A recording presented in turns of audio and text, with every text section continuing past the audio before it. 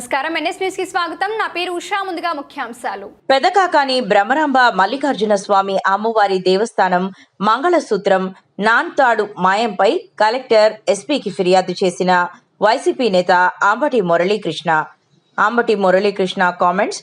పెదకాకాని అమ్మవారి ఆభరణాలు చోరీకి గురై 10 రోజులైందని దేవాదాయ శాఖ గాని పోలీసులు గాని ఎందుకు స్పందించలేదని ప్రశ్నించారు. వైసీపీ నేతలు పోలీసులకు ఫిర్యాదు చేసేంత వరకు ఆలయ అధికారులు ఎందుకు ఫిర్యాదు చేయలేదని, 14వ తారీఖు చోరీ జరిగితే 21వ తేదీ వరకు ఎందుకు కేసు నమోదు చేయలేదని, మంగళసూత్రం లేకుండానే వరలక్ష్మి వ్రతం ఎలా చేశారని అడిగారు. నువ్వు భ్రష్టు పట్టించాలనుకున్నావు. నీ అవినీతి కార్యక్రమాలు నియోజకవర్గం నుంచి దాటి కాకాని గుళ్ళో కూడా ఈ రోజున ప్రవేశించాయి. సందర్భం చూసి కాకాని గుళ్ళో జరిగినటువంటి అన్ని కార్యక్రమాలు వెల్లడిస్తాయి. ఇది సందర్భం కాదు. ఈరోజు నేను భావోద్వేగంగా ఉన్నా, మహిళలు భావోద్వేగంగా ఉన్నారు. నియోజకవర్గ వ్యాప్తంగా, గుంటూరు జిల్లా వ్యాప్తంగా, రాష్ట్ర వ్యాప్తంగా ఎవరైతే భ్రమరాంబికాదేవిని దర్శించుకున్నారో అందరూ భావోద్వేగంలో ఉన్నారు. మా మెయిన్ పాయింట్ ఒకటే, ఈ రోజున ఆ పోయిన మంగళసూత్రాన్ని అధికారికంగా ప్రకటించండి. కొత్త మంగళసూత్రం అమ్మవారి మెడలో ఖాళీ లేకుండా ఎప్పుడు పెట్టబోతున్నారు? ప్రభుత్వం దీన్ని కొనిస్తుందా లేక భక్తులు కొనివ్వాలా? మీరే నిర్ణయించండి. బాధ్యత నా మీద పెడితే 48 గంటల్లో అమ్మవారికి మంగళసూత్రం ప్రజల వద్ద నుంచి, వారి భావోద్వేగంలోంచి తృణమో ఫణమో తీసుకొని ఇవ్వడానికి నేను బాధ్యత తీసుకుంటానని మీకు మనవి చేస్తున్నా. అంతేగాని దొంగ మంగళసూత్రాలు తెచ్చి ప్రజల యొక్క భావోద్వేగాన్ని రెచ్చగొట్టవద్దని ధూళిపాళ నరేంద్రకు నేను హెచ్చరిక చేస్తా ఉన్నా. ఇలాంటి నికృష్టమైనటువంటి పనులు చేస్తూ ఉన్నావు, ఇది తప్పు అని చెప్తా ఉన్నా. అంతేకాకుండా నిన్న మళ్ళీ ఈయన నిర్ధారణకు వచ్చారు. ఇన్వెస్టిగేషన్ ఆఫీసర్ ఎవరు లేరు, కుట్రకోణం ఉందంట. ఎవరు పూజారులు కుట్ర చేస్తున్నారంట. పూజారులు అంట బయట వ్యక్తులకి విషయాలు చెప్తా ఉన్నారంట. ఏమయ్యా రహస్యం ఏదేమన్నా? పిల్లి పాలు తాగుతా కళ్ళు మూసుకున్నట్టు అనుకుంటారు, చెప్తారు కూడా. తప్పేముంది? గుళ్ళో మంగళసూత్రం పోయిందని లేకుంటే మీరు చేయబోయే కార్యక్రమాలు బయట మాట్లాడుకోరా? అంటే నువ్వు చెప్పగానే మొత్తం మానేయాలా? స్వామివారులు ఎవరైతే ఉన్నారో పూజారులు, వారి నిష్ఠతోటి అమ్మవారిని సేవలు చేయడానికి మనం నియమించుకుంటే వారిని పోలీస్ స్టేషన్కి తీసుకొచ్చి అర్ధరాత్రుల వరకు ప్రజల సెంటిమెంట్ విరుద్ధంగా చేస్తూ ఉన్నాం. అంతేకాకుండా అంట కొన్ని మీడియా సంస్థలు తప్పుడు ప్రచారం చేస్తున్నాయంట. వారి మీద చట్టరీత్యా చర్యలు తీసుకుంటామంట. ఏదైనా ఈ పిట్టల ద్వారా కథలు 100 కేసులు పెట్టుకున్నావు, ఎవడు భయపడేవాడు లేడు. నీకు దమ్ముంటే ఈ రాజపత్రిక ఈనాడు మీద పెట్టు. ఏం రాశారో చూడు. ఈశ్వర ఇంటి దొంగ దొరికేనా? గతంలోనూ బంగారం మాయం, చర్యలేవి. మీ పాలక మండలి సభ్యురాలు మంగమ్మ బెల్ట్ షాపులు పెట్టి దొంగసారా అమ్ముతుందని రాసినటువంటి ఈనాడు పత్రికకి నువ్వు నోటీస్ ఇవ్వగలవా అని అడుగుతా ఉన్నా.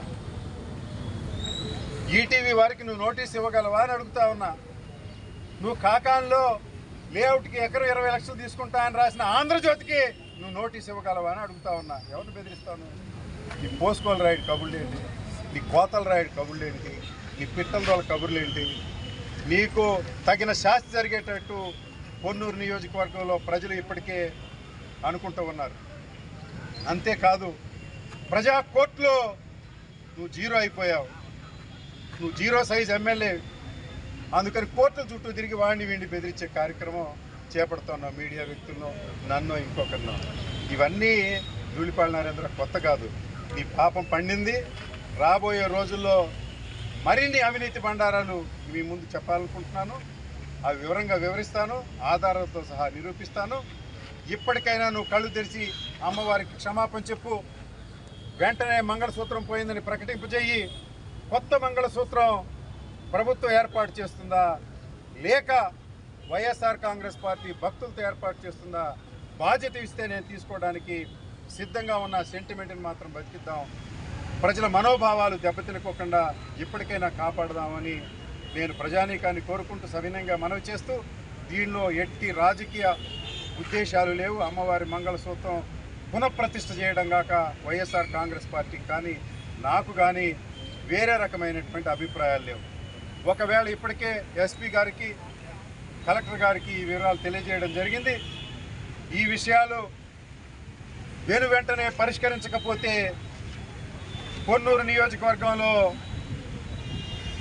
వీధుల్లో నగర సంకీర్తనలు చేస్తాం. అమ్మవారికి జరిగినటువంటి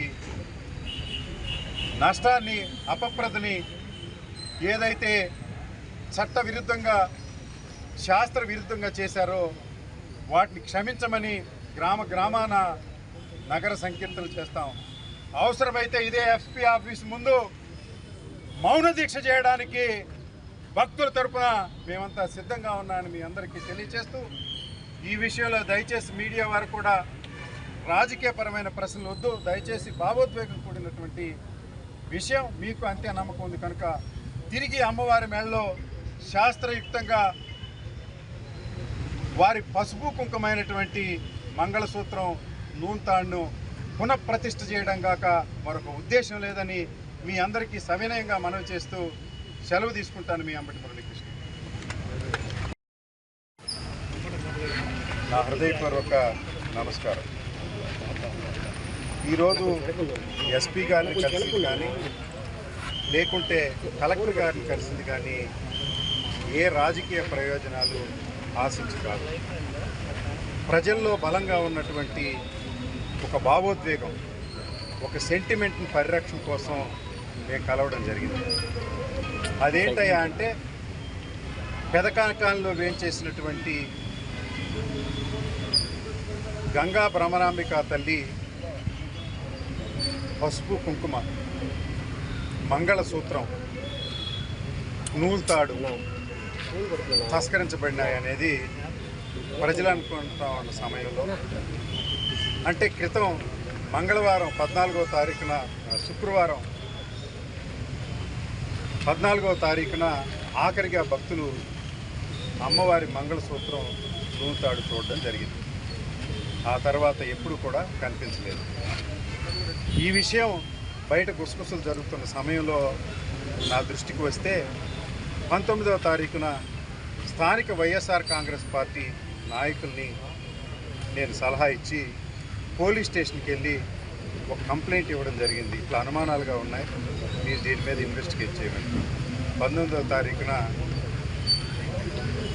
ఏ కేసు రిజిస్టర్ చేయలేదు.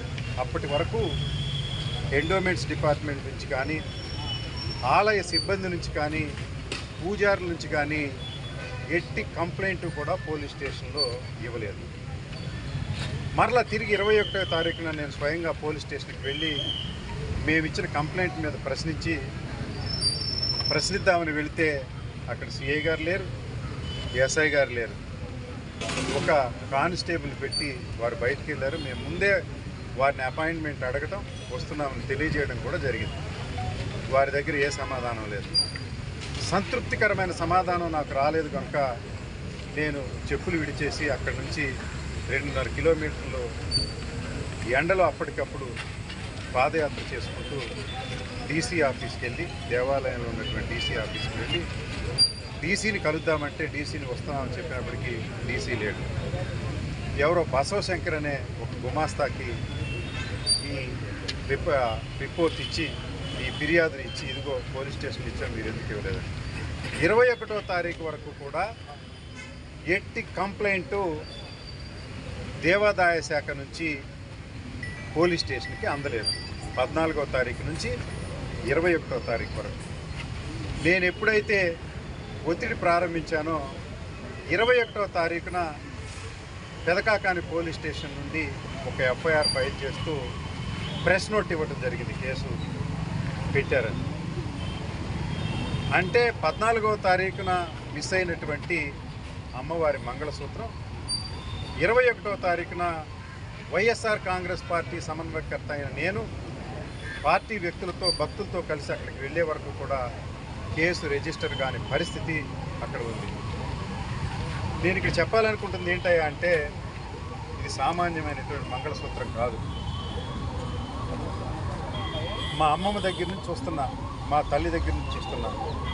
ఎప్పుడన్నా మంగళసూత్రం రిపేర్ చేయాలంటే వారు వాడే పదం ఏంటయ్యా అంటే, నా మంగళసూత్రం పెరిగిపోతుంది అని భర్తను పిలిచి పసుపుతాడు కట్టించుకుని మంగళసూత్రాన్ని తీసి కంసాలకి ఇచ్చినటువంటి సెంటిమెంట్ ఉన్నటువంటి వివాహ వ్యవస్థ మీద సెంటిమెంట్ ఉన్నటువంటి మహిళలు కలిగినటువంటి ఈ దేశంలో అమ్మవారి మంగళసూత్రం తస్కరిస్తే మంగళసూత్రం లేకుండా తరువాత శుక్రవారం నాడు ఎలా వరలక్ష్మి వ్రతం చేశారనేది ప్రజలకు అర్థం కాని ప్రశ్న.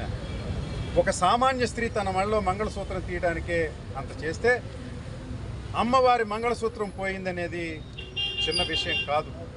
ఇది భావోద్వేగమైనటువంటి విషయం, సెంటిమెంటల్ వాల్యూస్ కున్న విషయం.